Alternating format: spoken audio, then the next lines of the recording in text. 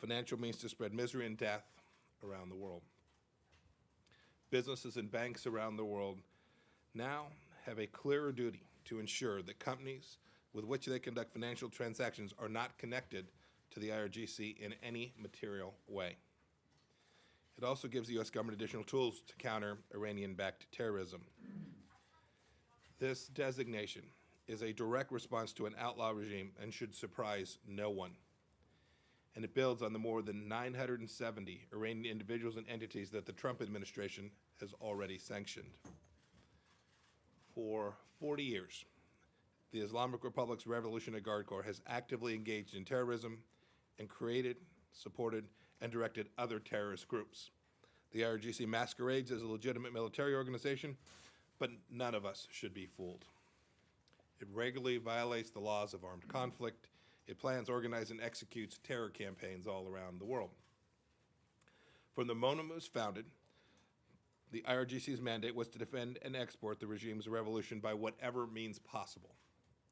The IRGC institutionalized terrorism shortly after its inception, directing horrific attacks against the Marine barracks in Beirut in 1983 and the U.S. Embassy Annex in 1984, alongside the terror group it midwifed, Lebanese Hezbollah. Its operatives have worked to destabilize the Middle East from Iraq to Lebanon to Syria and to Yemen. With this designation, the Trump administration is simply recognizing a basic reality. The IRGC will take its rightful place on the same list as terror groups it supports: Lebanese Hezbollah, Palestinian Islamic Jihad, Hamas, Kataib Hezbollah, among others, all of which are already designated as foreign terrorist organizations. The long list of IRGC-backed terror incidents is ample justification for today's decision. I want to just give you a handful of examples. Last September, a federal court in the United States found Iran and the IRGC responsible for the 1996 Khobar Towers bombing, which killed 19 American service members. In 2011, the United States foiled an IRGC Quds Force plot right here in Washington, D.C. to bomb a restaurant. The attempt was to kill the Saudi ambassador to the United States of America. Outside of the United States, the IRGC's terror campaign is just as active. In 2012, 4 Quds Force operatives were apprehended after plotting to attack Israeli targets in Turkey. In that same year, 2 other Quds Force operatives were arrested in Kenya for planning a bomb attack, while the Quds Force also directed a bomb attack that targeted Israeli diplomats. And as recently as January 2018, German authorities uncovered 10 suspected Quds Force operatives active in their country. The IRGC supports Palestinian terror groups that target innocent civilians, and it helped create U.S.-designated terror groups both in Lebanon and in Iraq. And the IRGC also backs the murderous Assad regime, which gasses and slaughters its own people. Our designation makes clear to the world that the Iranian regime not only supports terrorist groups, but engages in terrorism itself. This designation also brings unprecedented pressure on figures who lead the regime's terror campaign, individuals like Qasem Soleimani. He's the commander of the Quds Force and oversees Iran's forces deployed to advance the Islamic Revolution through terrorism and other forms of violence. He doles out the regime's profits to terrorist groups across the region and around the world. The blood of the 603 American soldiers the Iranian regime has found to have killed in Iraq is on his hands and on the hands of the IRGC more broadly. Inexplicably, the regime has faced no accountability from the international community for those deaths. Far from being an arbitrary attack on Iran, our pressure campaign imposes just and long overdue consequences for the regime's malign activity. We should not also forget the IRGC's central role in the nationwide con artistry and corruption of the regime's leaders, which they perpetrate against the regime's own people. Other governments and the private sector will now see more clearly how deeply the IRGC has enmeshed itself in the Iranian economy through both licit and illicit means. In just this past July, the City Council of Tehran announced that the IRGC Cooperative Foundation, which manages the IRGC's investments, has embezzled more than $1 billion from the city of Tehran. The next month, a former council member accused the longtime mayor of Tehran of steering contracts to the IRGC. It's no coincidence that the mayor also formerly served as an IRGC commander and the chief of Iran's police state. Back in 2017, Tehran arrested several IRGC commanders involved with the Cooperative Fund for Corruption, including the IRGC's financial architect, Masoud Merdadi. Then there's Mahmoud Ahmadinejad's old college pal, Sadiq Musili. They call him the billionaire general. He went from being a low-level IRGC officer to one of Iran's richest men, all thanks to scoring construction and oil contracts from companies linked to the IRGC. The leaders of Iran are racketeers, not revolutionaries. The Iranian people deserve better than to be governed by this cadre of hypocritical and corrupt officials. They're opportunists. And on a final note, the IRGC is also responsible for wrongly detaining U.S. persons, several of whom remain in captivity in Iran. The American people should know that we are working diligently to bring each of those individuals home.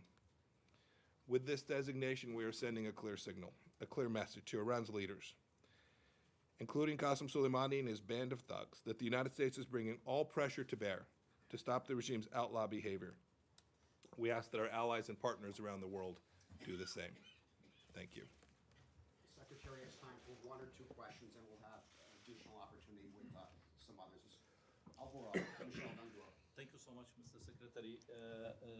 Jawad Zarif has said today that there will be consequences for U.S. forces in the region after the designation, and he addressed President Trump saying that he should know better than to be conned into another U.S. disaster. What's your answer? And secondly, news reports say that the U.S. is considering sanctions on Lebanese, the head of the parliament of the Lebanese speaker, Nabih Berri, because of his ties with Hezbollah and Iran. Can you confirm that? So to your second question, on my most recent trip to Beirut, made clear to the Lebanese leadership, including in conversations with Speaker Berri, that America was not going to tolerate the continued rise of Hezbollah inside of the country, that it wasn't in the best interest of the Lebanese people to have a armed terror group underwritten by the very Iran that we're speaking about today continue to have significant sway inside of that nation by use of force. This isn't about political parties. This is about armed forces inside the country of Lebanon. We made very clear that we were going to continue to evaluate sanctions for all those that were connected to the risk that was created to the Lebanese people. As for the first question, I've seen Foreign Minister Zarif make many statements before. We have made clear, both publicly and privately, that an attack on the United States of America is something that they ought to think more than twice about. Nadia Bilbas. Mr. Secretary, I asked you this question 2 weeks ago, and you didn't seem to be sure about it. Now that you have listed them, I'm wondering what has changed. Now you have listed them as a terrorist organization. Will you treat them like ISIS and Al-Qaeda? In other words, will you target Qasem Soleimani like you target Abu Bakr al-Baghdadi? And on a separate note, Prime Minister Netanyahu said that he wants to annex part of the West Bank today. What's your reaction to that? Will that undermine the peace plan? Yeah, I don't have comments on either one in response to either one of those questions. I'll leave, when you say target, you're usually talking about things that the Department of Defense does. I'll allow them to respond to that question. Thank you. One more, Mr. Secretary? Sure. Okay, let's go to Waters. Go ahead. Thanks, please. Madam Hi. Secretary. How are you? Quick ones. How will this affect EU trade, oil waivers, since the IRGC is involved in most parts of the Iranian economy?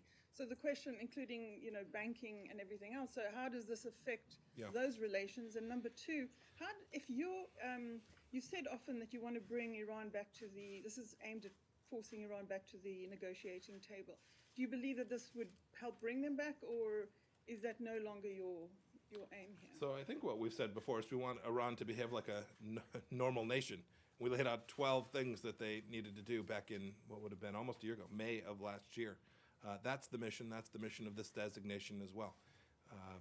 So that's our purpose. If you said, what's the intent? It's to achieve the outcomes that we laid out back in May of last year, to get Islamic Republic Iran to do the simple thing like not launch missiles into Saudi Arabia, risking American lives each and every day. What was remind me of your first question? And then the first one is, how does this affect things like EU trade? So here's the simple answer to that. If you're the general counsel for a European financial institution today, there's more risk. it is absolutely the case that the IRGC amounts to a significant piece of the Iranian economy through pure kleptocracy. And it is also the case that it is sometimes difficult to know whether the IRGC is involved. That is, the diligence effort is an enormous undertaking. I think this will require more diligence be done by every business that is considering doing things that are even now second and third orders removed from what you might think of as a traditional connection to the Iranian economy. This extends to your point about trade. Or you asked about oil waivers. We'll make that decision in due course as we move towards May 2nd, but this absolutely extends and creates clarity around those transactions that create risk for companies, not just in Europe, but frankly, all over the world. Was that one of your goals, Mr. Secretary, to Thank shut you all down very the much. Thank you all Iraq very much. business? We now have Special Representative for Iran and Senior Advisor to Secretary of State Brian Hook, and our Assistant Secretary for Counterterrorism, Nathan Sales. They'd be happy to take additional questions. Please, let's start Associated Press, Matt. So, I'm just curious, this has been obviously under consideration for a while. Previous administrations have considered it as well, but opted not to do it. And one of the reasons has been for not doing it to date, that it creates complications, particularly in Iraq, but also in Lebanon and elsewhere for American soldiers, but also American diplomats and how they can. So, are there any exclusions, waivers, carve-outs, however you want to call this, that would allow the kind of contacts, particularly in Iraq, that American commanders or regular troops might have with people, Iraqi officials, who, by virtue of their station, have to interact with IRGC personnel? I'll do the first part and then ask Chris to take on the second part. The IRGC has been threatening American troops almost since its inception. And whenever we impose sanctions on Iran, it's usually followed by a range of threats. What endangers American troops in the Middle East is an IRGC that operates with impunity and never has its ambitions checked in the Middle East.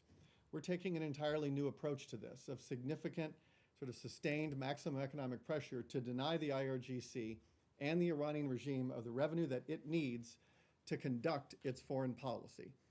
And we know that the IRGC has been a principal architect and enforcer of Iran's foreign policy since around 1979, the way the Ayatollah designed the regime. And they are trying to reshape the Middle East in their favor, working as a power broker and as a military force.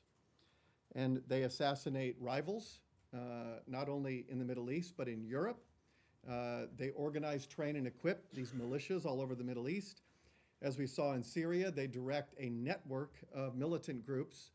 And in the case of Iraq, they've killed over 600 American servicemen. And so we think it's important to, in this case today, we're adding a layer of additional sanctions on the IRGC to make radioactive those sectors of Iran's economy that are influenced or controlled by the IRGC. I'll let Nathan answer your second question. Well, I just want to make sure you understood. I'm not talking about threats to U.S. forces and diplomats from Iran. I'm talking about threats to them from potential U.S. prosecution for violating sanctions by doing something that may be construed as providing material support to an IRGC affiliate or, associate. We're not going to answer hypotheticals about various cases that could be conjured up in the future. We simply don't have anything to say on that. What I can tell you is the United States has a strong interest in an Iraqi government that is strong and stable and sovereign and free from malign external influence. The record of Iranian involvement in the region is not a promising one. Look at Syria, look at Yemen, look at Lebanon. We have an interest in making sure that Iraq does not take that road and is able to stand on its own 2 feet as a strong and prosperous country in its own right. I would just maybe add one thing, that the Middle East cannot be more stable and peaceful without weakening the IRGC. It's just simply not possible. When you study their 40-year history, it's impossible to allow the IRGC to continue to operate under this fiction that it's a benign part of the Iranian government. It is the blunt instrument of Iran's foreign policy, and it has been that way for decades. And what we're doing today is, in addition to the new tools that this gives us, we're also stigmatizing this organization. We're highlighting to the world, as the Secretary just did, the perils of working with the IRGC, which by some estimates controls up to or more than half of Iran's economy. NPR, Michelle? Thank you. So does this rule out any sort of contacts with anyone connected to the IRGC? And I'm asking because, you know, in the last administration had to negotiate with the IRGC to get American hostages out, for instance, or at least have some contacts with members of the IRGC. So do you not have any kind of contact with people who are holding Americans or people who are threatening Americans in places like Iraq? Well, let me tell you what the law provides. The law provides that it is a federal criminal offense punishable by up to 20 years in prison for any person who provides material support to a designated foreign terrorist organization. That is what the IRGC will be 7 days from today. Now, the application of that law to particular cases, it's impossible to predict in advance what that's going to look like. We simply don't want to get into hypothetical situations. But the point of this designation that the Secretary just announced is to render the IRGC radioactive. And so all businesses, all foreign officials who are thinking about engaging with the IRGC should think long and hard about whether that makes sense. That includes U.S. government, American diplomats? Well, this is a tool. The FTO tool is something that we have used since 1993, I want to say over 60 times. And we're still able to execute our diplomacy and our foreign policy without any impediments. But this is the first time And you've done it to a U.S. Right, a but government entity. That's why I'm asking the question. doing this will not impede our diplomacy. Thank you for taking this. Sir, just to clarify on Iraq, will you be requiring the Iraqi government as of now to turn over any suspected or known members of the Iranian Revolutionary Guard since you declared them as terrorists? We're not making any demands of the Iraqi government. As I said a moment ago, we share the Iraqi government's interest in ensuring that the government of Iraq is able to represent a proud and free and prosperous people without any undue influence from malign actors. So they will continue to operate freely in Iraq? It is a criminal offense for any person to provide material support to a designated foreign terrorist organization. How that applies in particular cases, we're simply not going to speculate about right now. CNN, Kylie. Yeah, hi. Quick question. So over the weekend, an IRGC commander warned that if the U.S. took this action, U.S. forces in Western Asia will lose peace and quiet. And it's obviously something we've been talking about, U.S. forces operating very close to the IRGC members in Iraq. So is there more being done to provide safety measures to members of the U.S. military that are in close proximity, or are you confident that they are defended enough against the IRGC at this point? The decision leading up to this process was a full interagency process that included every member of the National Security Council. We have taken all measures that are appropriate and prudent in the context of this designation. With respect to Iranian threats, when you play under House rules, the House always wins. And Iran has a very long history of trying to get the world to play by its rules. And every time the world calls out this regime for being a mafia racket, the IRGC, as the Secretary said, resembles more a racket than a revolutionary cause. And so whenever we and other nations call out and expose the regime for what it is, it behaves like a mafia organization, increasing its threats. And we will not be deterred by their threats. And let me just say, we're not going to get into the details of what we're doing to make sure that our people downrange are safe. I can assure you that we take force protection very, very seriously. And that is why we have run a robust interagency process to make sure that all interested parties are prepared for whatever the Iranian regime might throw at us. CBS, Christina. Thanks. Hi, guys. Can you talk a little bit to Matt and a little bit Kylie's question about the timing of this designation? I know there has been some criticism about, especially now because U.S. forces are in close proximity, this might put them at risk, which you answered a little bit. But we've been hearing about this for a year. Why now? What was the tipping point that made this designation important this week? Well, it's the next step in our maximum pressure campaign. This administration previously designated the IRGC for providing support to terrorism. Today, we have stripped away the plausible deniability. It's not just that the IRGC supports terrorism that its proxies undertake. Today, the IRGC stands accused and convicted of directly engaging in terrorism itself. This new tool doesn't just add rhetorical heft to our campaign. It has practical, real-world consequences, some of which we've discussed. It's now a federal criminal offense to provide material support to a designated FTO such as IRGC when this takes effect on Monday. The material support statute is an incredibly powerful tool. Since 2001, since 9/11, we've used it to obtain hundreds of convictions. And the sentence for which you are eligible, if convicted, 20-year maximum penalty. So this creates very powerful deterrence for anyone who would provide material support to the IRGC or to any other designated organization. Let me just add, Your phrasing of that, Matt. IRGC's, Matt. Go ahead. Brian, finish. We have said from the time the administration came into office that we're going to be taking a new approach to Iran. And you have seen over now 2 years, we've had 25 rounds of sanctions. We've designated almost 1,000 individuals and entities. We left the Iran deal, which has given us enormous diplomatic and economic leverage to go after the full range of threats that Iran presents to peace and security. This is just another chapter, and there will be more chapters to come. This is a sustained and focused effort at the direction of the president that enjoys the full support of the National Security Cabinet.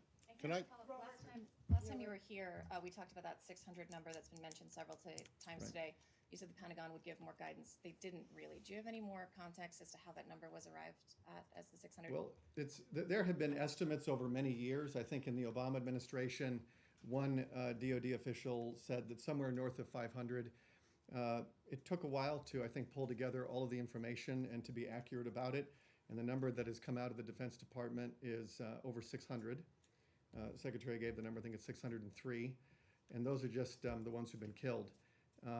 It's an enormous number of Americans who've been maimed and hurt because of Iran's improvised explosive devices.